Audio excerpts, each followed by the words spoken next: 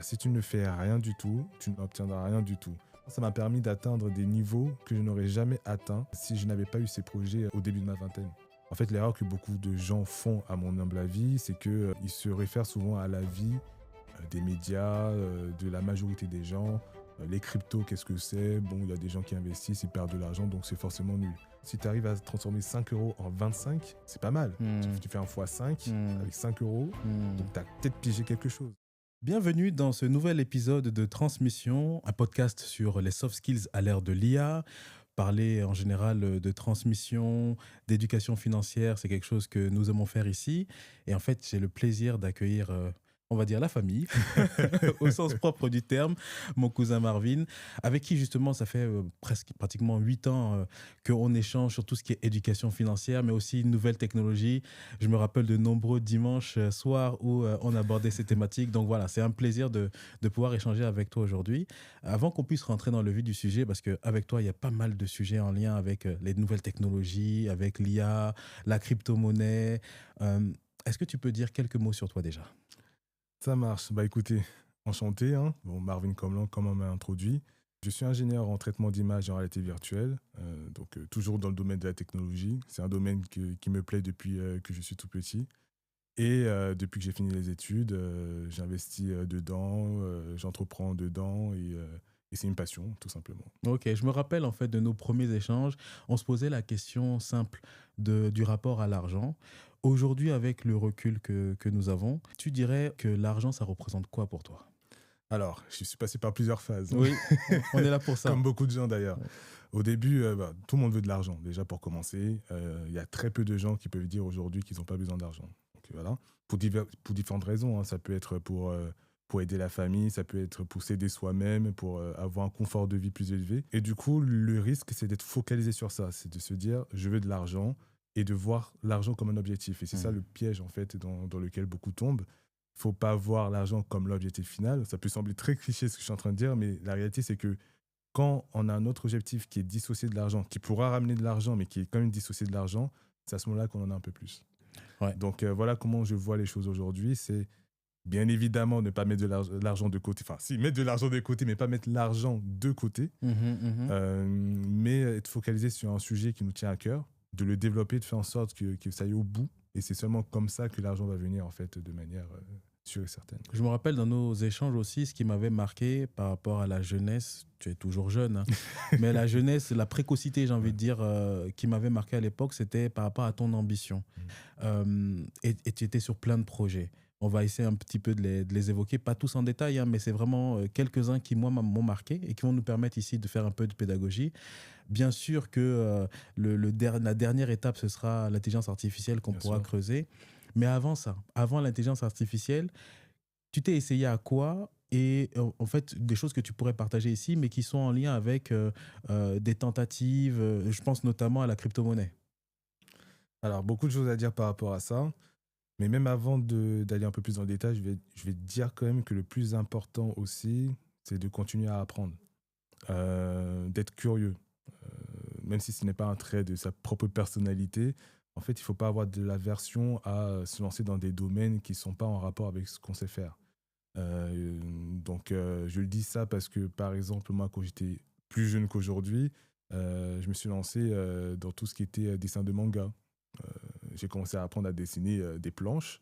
Ensuite, j'ai fait du beatmaking pendant 10 ans. Ok. Je me suis lancé dans la programmation quand j'avais 12 ans. Dans l'écriture de romans et de livres fantastiques. Enfin, normalement, quand on regarde plus ou moins ma personnalité en détail, ce ne sont pas trop des domaines qui sont en lien avec ce que j'aime faire. Et pourtant, je les ai faits.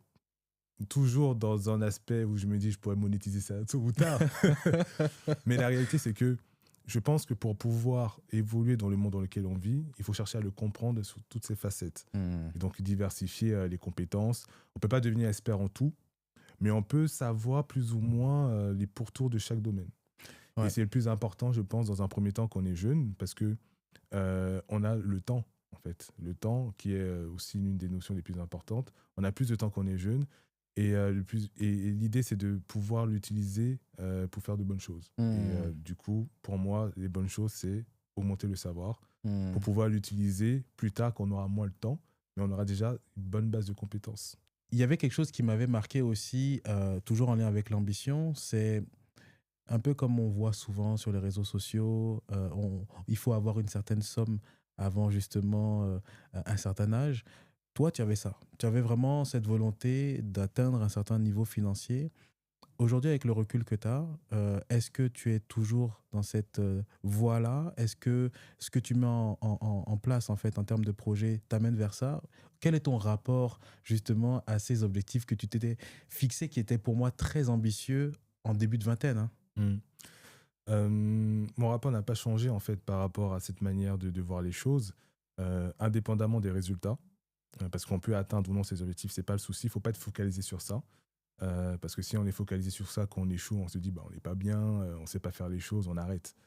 Je pense que il ne faut pas avoir peur d'avoir des grosses ambitions, même si des gens peuvent rire quand tu vas leur parler de certains projets, il faut pas avoir peur, parce que même si tu n'atteins pas ton objectif, tu vas avancer plus que tu n'aurais rien fait en fait, tout simplement dans le sens où bah, si tu ne fais rien du tout, tu n'obtiendras rien du tout. Par contre, si tu vises Jupiter, Mmh, tu tomberas sur la Lune. Mais la Lune, mmh, c'est déjà mieux que ce que tu pourrais avoir si tu faisais rien du tout. mmh. C'est pour ça que ma vision n'a pas changé. Alors oui, j'avais des très gros projets. Je les ai toujours. Ils sont juste pas encore réalisés.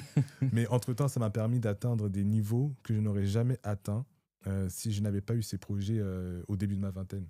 Et je Mmh, n'aurais pas acquis certaines compétences si je n'avais pas ces projets au début de ma vingtaine. Ça m'a mmh. permis d'aller dans des domaines, notamment l'IA, de manière assez tôt, on va dire, au tout début, mais uniquement parce que j'avais des ambitions de création d'entreprise, ou que je OK. suis allé voir des technos qui n'intéressaient pas forcément les gens à cette époque-là. L'IA a explosé en 2020, mais l'IA existait depuis bien plus longtemps que ça. Mmh. Et ça, c'est uniquement dû à l'ambition que j'avais en fait à l'époque. OK, si on retrace un petit peu ton parcours, il y a eu un moment et c'est pour ça que je suis très content de t'avoir aussi parce que tu sais vulgariser certaines choses que moi je comprenais pas très bien, en toute franchise. La première chose, c'est tout ce qui est crypto-monnaie et NFT. Est-ce que tu peux nous en dire quelques mots, ne serait-ce que pour qu'on puisse justement creuser ces sujets-là? Alors, tout simplement, c'est un type d'investissement euh, plus risqué que d'autres parce que moins mature que d'autres. Mais ce n'est pas pour autant qu'il ne faut pas y aller ou du moins se renseigner et apprendre par rapport à ces technologies-là. En fait, l'erreur que beaucoup de gens font, à mon humble avis, c'est que ils se réfèrent souvent à l'avis des médias, de la majorité des gens. Les cryptos, qu'est-ce que c'est? Bon, il y a des gens qui investissent, ils perdent de l'argent, donc c'est forcément nul. Ça peut être le cas, c'est pas ça le souci. Mais c'est plus de se faire son propre avis sur le sujet. Donc, c'est-à-dire commencer à faire des recherches sur la technologie, voir comment ça fonctionne, essayer de comprendre la technologie en profondeur. Alors, mon avis par rapport à ça, c'est que c'est un investissement comme les autres, hein, avec ses particularités. C'est très fluctuant. euh, c'est virtuel. Donc, cette notion de virtualité, beaucoup de gens ont du mal avec ça parce que c'est pas tangible, en fait. On peut pas palper. Mais ce n'est pas pour autant que ça n'a pas de la valeur. En fait, la valeur, c'est quelque chose qu'on peut attribuer à un élément en fonction du fonctionnement d'une économie ou autre. Donc, au final, aujourd'hui, on est dans une société où ça a de la valeur. Donc, on ne peut pas juste mettre ça de côté parce qu'on ne comprend pas. Donc, pour aller un peu plus en profondeur par rapport à ta question, euh, il y a eu un moment où c'était une grosse bulle spéculative. Comme toute nouvelle technologie, l'IA aussi, ça a été le cas et c'est encore Mmh, le cas. Tout le monde mmh, parle d'IA aujourd'hui. mmh. C'est une technologie formidable, mais c'est aussi une bulle à l'heure actuelle qui va éclater et il va rester que les projets les plus intéressants plus tard.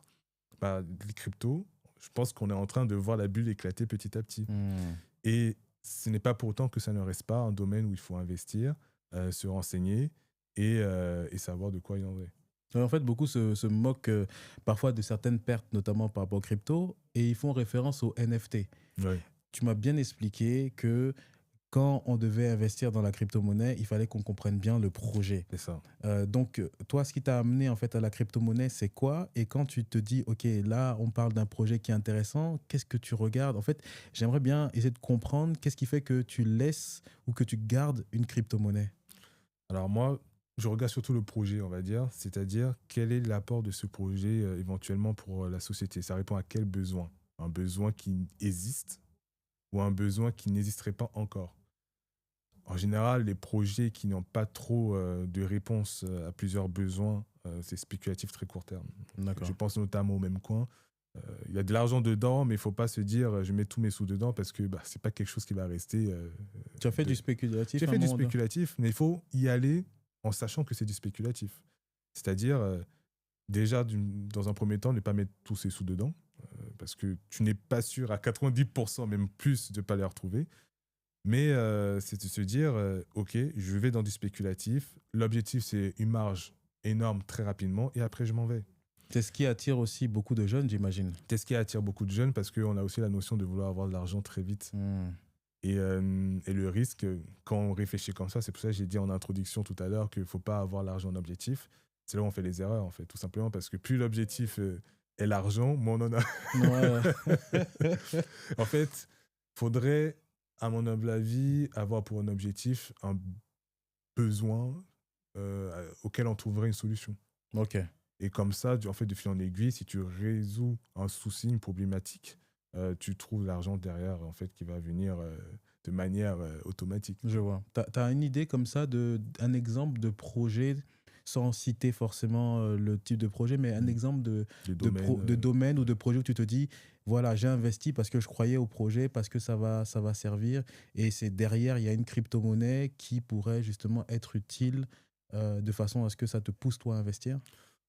Oui, j'ai un exemple de projet. Alors, la crypto, pour moi, c'est le EDH Graph, c'est le H-bar.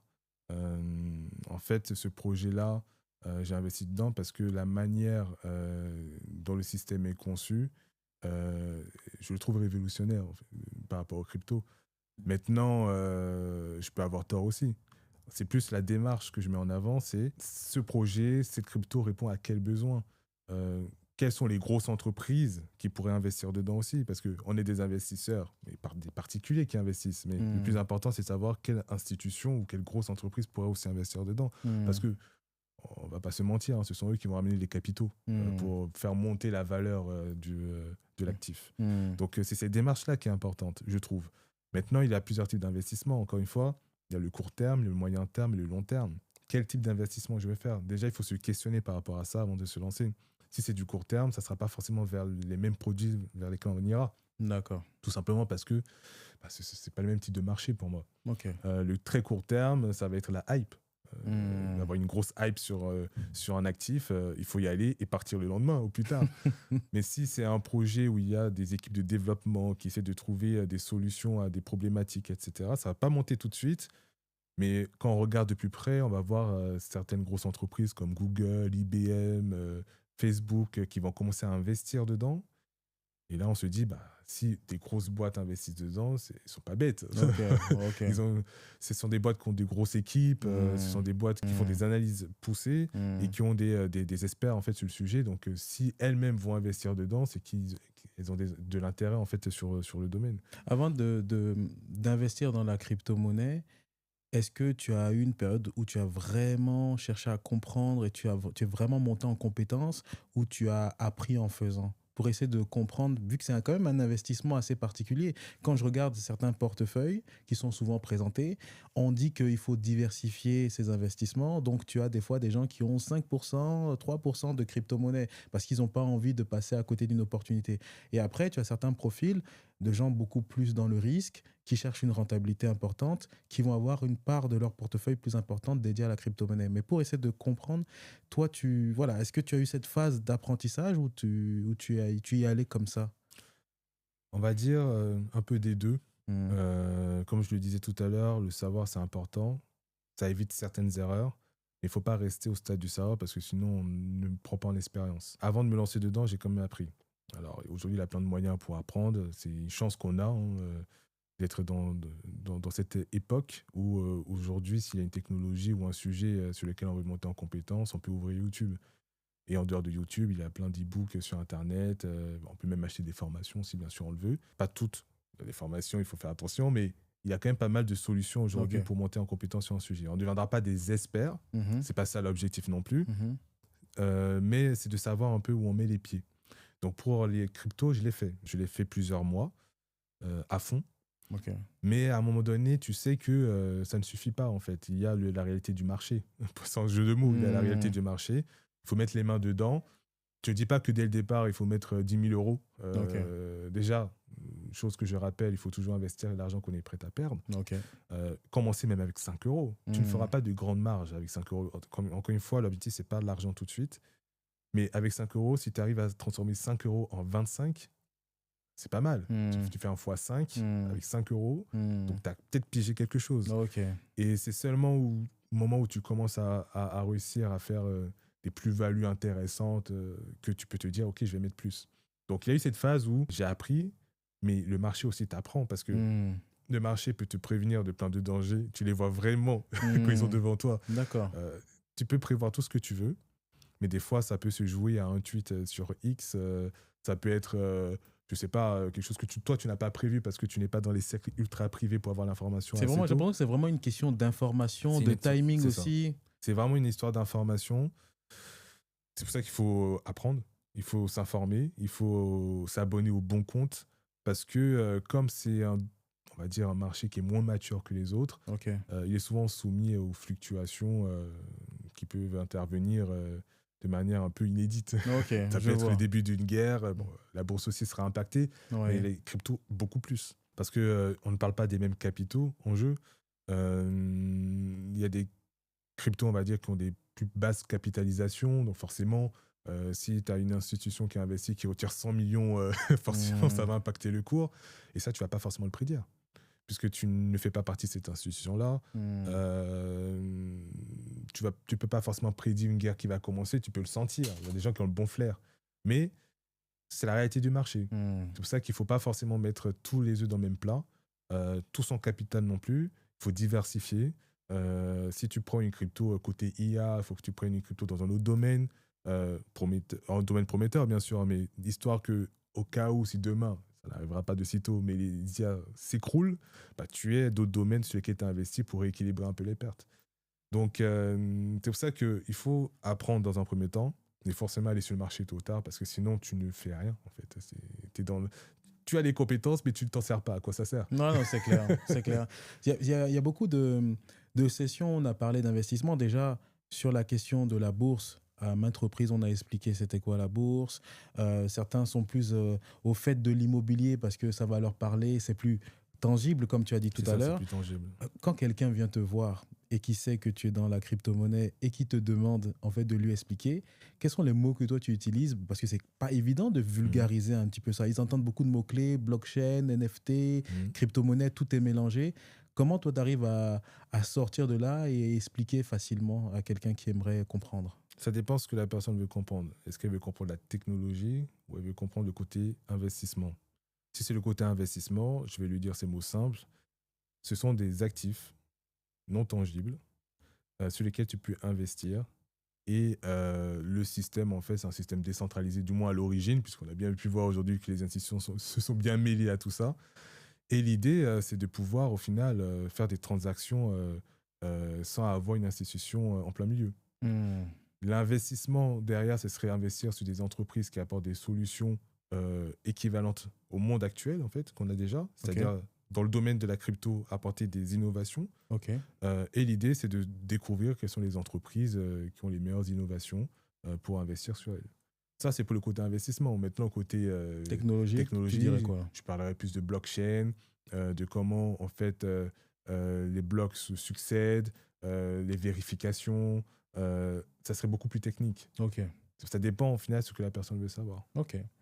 C'est une bonne transition par rapport à la technologie. C'est un fil rouge parce que quand on échange souvent, moi j'aime bien, je ne vais pas dire que je suis un technophile ou que je suis un obsédé de la technologie, mais franchement, j'ai l'impression de vivre une époque où ce qu'on voyait dans la science-fiction, dans certains films, dans certains livres, que c'est vraiment quelque chose qu'on vit aujourd'hui. Je ne suis même pas sûr que les gens réalisent vraiment. Et on ne peut pas évoquer les technologies sans parler de l'intelligence artificielle, clairement. On a beaucoup échangé, toi et moi, sur à quel point le monde changeait. Il y a aujourd'hui des difficultés à vraiment discerner la réalité de ce qui est généré par une intelligence artificielle en termes de contenu. Tu vas t'abonner à un compte, tu n'auras peut-être même pas de certitude de si derrière c'est un humain ou pas.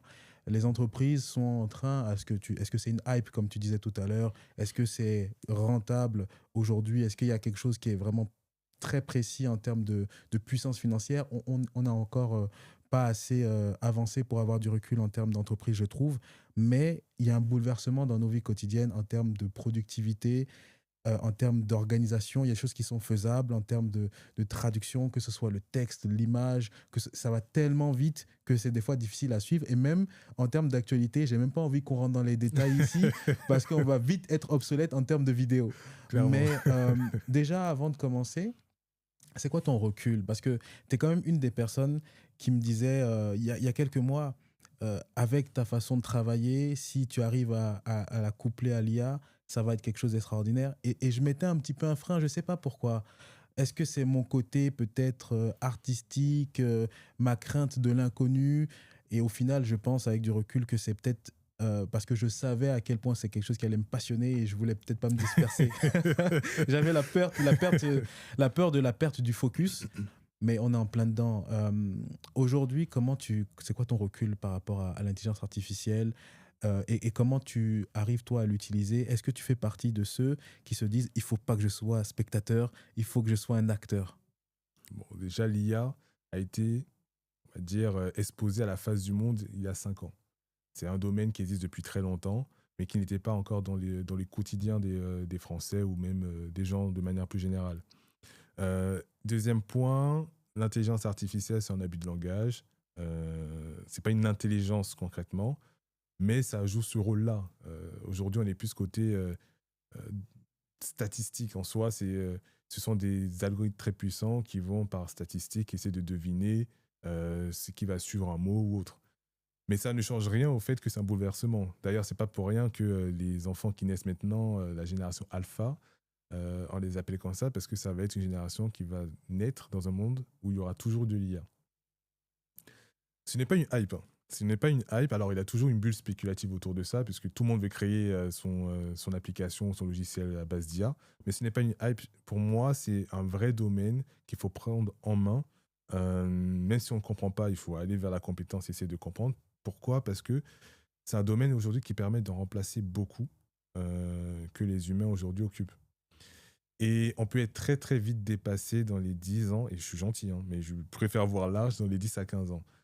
Donc, il faut prendre en main ce domaine-là, notamment dans son quotidien pour son travail, parce que avec l'IA, il y a différents types d'IA, mais avec différents types d'applications de l'IA, on peut remplacer des tâches récurrentes qu'on fait, qui nous fait perdre du temps, et au contraire en gagner et aller plus vite dans nos tâches. Et notamment pour l'entrepreneur, aujourd'hui, ne pas utiliser l'IA, il sera très vite dépassé.